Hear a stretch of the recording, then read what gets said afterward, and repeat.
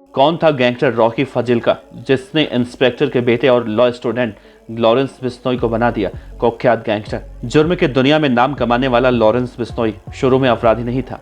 Police constable का बेटा Lawrence Bishnoi शुरुआत में सीधा साधा लड़का था।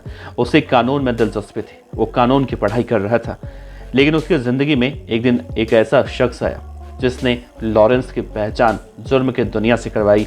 यह शख्स था रॉकी फाजिल्का।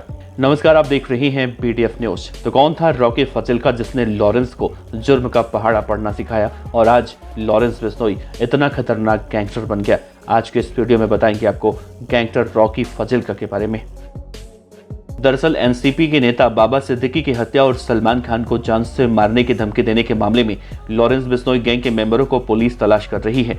आज लॉरेंस बिश्नोई का गैंग और नेटवर्क बहुत बड़ा हो चुका है। उसे एक वर्ग, खास तौर से युवा, अपना हीरो मानता है।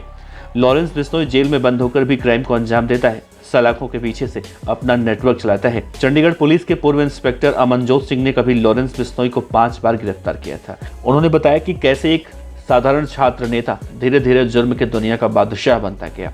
रॉकी फाजिल्का नाम के शख्स ने लॉरेंस बिश्नोई की पहचान जुर्म की दुनिया से कराया था। NDTV के साथ खास इंटरव्यू में पूर्व इंस्पेक्टर अमनजोत सिंह ने कहा है कि जुर्म के दुनिया में नाम कमाने वाला लॉरेंस बिश्नोई शुरू में अपराधी नहीं था। पुलिस कांस्टेबल का बेटा लॉरेंस बिश्नोई शुरुआत में सीधा साधा लड़का था। उसे कानून की पढ़ाई में दिलचस्पी थी, वो कानून की पढ़ाई जी जान से कर रहा था। लेकिन उसकी जिंदगी में जब रॉकी फाजिल्का आया, उसके बाद उसकी मानो दुनिया बदल गई। अमनजोत सिंह ने कहा कि रॉकी फाजिल्का ने लॉरेंस बिश्नोई की पोटेंशियलिटी देखकर उसे गैंगस्टरों में आगे बढ़ाया। लॉरेंस जब बार बार जेल जाता रहा तब जेल में उसकी दोस्ती रॉकी फाजिल्का से हुई थी। उसने बहुत बड़े क्राइम कर रखे थे। उसे लगा इस लड़के में पोटेंशियल है, क्योंकि वो इस दौरान 5-6 बार जेल आ चुका है। इसके बाद रॉकी फाजिल्का ने उसे यूज करना शुरू कर दिया। पूर्व इंस्पेक्टर अमनजोत सिंह कहते हैं कि रॉकी फाजिल्का बहुत पुराना गैंगस्टर था। उसकी पढ़ाई चंडीगढ़ के JCM कॉलेज में हुई थी और यहीं से उसकी मुलाकात डिम्पी नाम के गैंगस्टर से हुई। बाद में उसने भी बड़े बड़े क्राइम किए। जब लॉरेंस बिश्नोई बांदा जेल गया तो उसकी पहचान रंजीत सिंह डोपला से हुई। रंजीत जसविंदर सिंह रॉकी यानी कि रॉकी फाजिल्का का काफी क्लोज था। उसी ने लॉरेंस और रॉकी फाजिल्का की दोस्ती करवाई। रॉकी फाजिल्का पहले ही मुख्तार अंसारी गैंग से जुड़ा हुआ था। राजेंद्र सिंह डिम्पी के मर्डर के बाद वो जेल में बंद था। लॉरेंस बिश्नोई से इंप्रेस होकर उसने उसे अपने साथ मिला लिया। रॉकी फाजिल्का पंजाब के फिरोजपुर का रहने वाला था। दोनों का गांव आसपास होने की वजह से इनमें थोड़ा प्यार और आगे बढ़ा। रॉकी ने जेल में ही लॉरेंस की ग्रूमिंग की और फिर एक क्राइम की दुनिया में आगे बढ़ता रहा।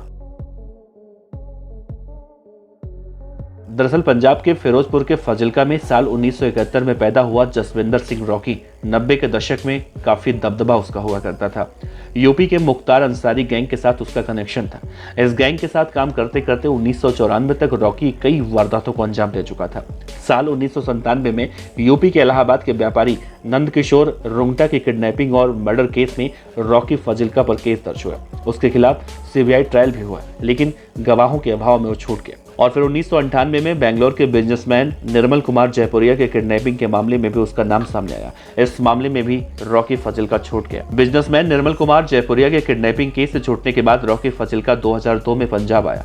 यहाँ उसका साथी प्रभजेंद्र सिंह डिम्पी अपना गैंग चला रहा था। इसी बीच रॉकी और डिम्पी के बीच अदावत छिड़ी। फिर रॉकी ने साल 2006 में डिम्पी की हत्या कर दी। हालांकि सबूतों के अभाव में वो बरी हो गया और 2007 से 2012 तक रॉकी फाजिल्का पर कुल 7 बड़े केस दर्ज हुए। रॉकी फाजिल्का ने साल 2012 में पंजाब के BJP नेता सुरजीत जैनी के खिलाफ निर्दलीय चुनाव लड़ा, लेकिन चुनाव हार गया। इसके बाद जुर्म की दुनिया में वो फिर से एक्टिव हुआ। 2015 में उसके खिलाफ हत्या और किडनैपिंग के 4 बड़े मामले दर्ज हुए।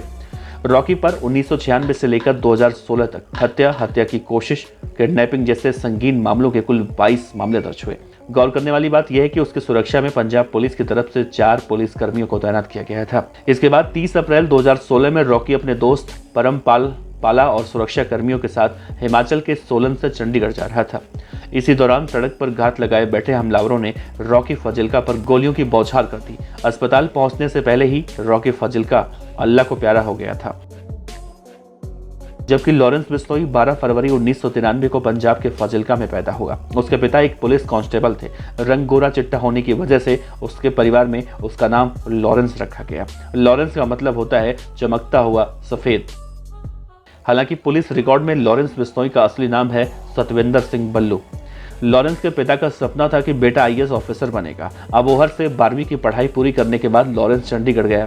यहाँ से उसने डीएवी कॉलेज में दाखिला लिया। धीरे धीरे उसकी दिलचस्पी छात्र राजनीति में होने लगी। वो लॉ की पढ़ाई करने लगा। इसी दौरान उसकी दोस्ती गोल्डी बराड़ से हुई। बाद में ये लॉरेंस बिश्नोई का राइट हैंड बन गया।